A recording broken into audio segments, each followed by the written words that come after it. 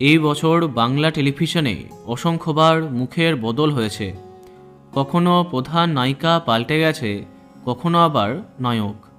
বেশিরভাগ সময় ধারাবাহিকের নায়িকা চরিত্রে মুখের বদল হয়েছে। রাতারাতি আগে নায়িকাকে সরিয়ে দিয়ে নতুন নায়িকা আনা হয়েছে। বেশ কিছু ধারাবাহিকে এমনটা হতে আমরা দেখেছি। এবার নিম ফুলের মধু ধারাবাহিকে নায়িকা পরিবর্তন করা হলো। 20 বছরের ব্যবধানে দত্তবাড়িতে অনেক কিছু পাল্টে গেছে। একসাথে অনেক নতুন চরিত্রের আগমন হয়ে গেছে কিছু মুখের বদল।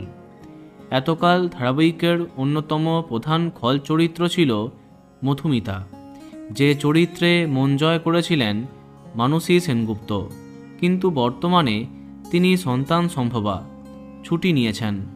তাই নিম ফুলের মধুর নতুন অধ্যায়ে তাকে আর দেখা যাবে না।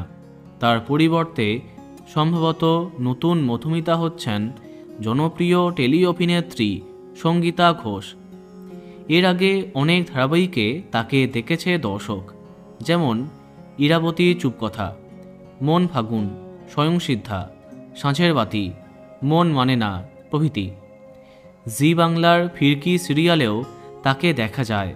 এবার থেকে মধুমিতার চরিত্রে তাকেই দেখবে দর্শক। এবার দেখা যাক মানসীর মতো তিনি এই চরিত্র কতটা জীবন্ত করতে পারেন। তো বন্ধুরা, এই বিষয়ে তোমার কি মন্তব্য কমেন্টে জানাতে পারো। আর এই রকমই আরও অনেক ভিডিও পেতে সাবস্ক্রাইব কারেন্ট বস। ধন্যবাদ।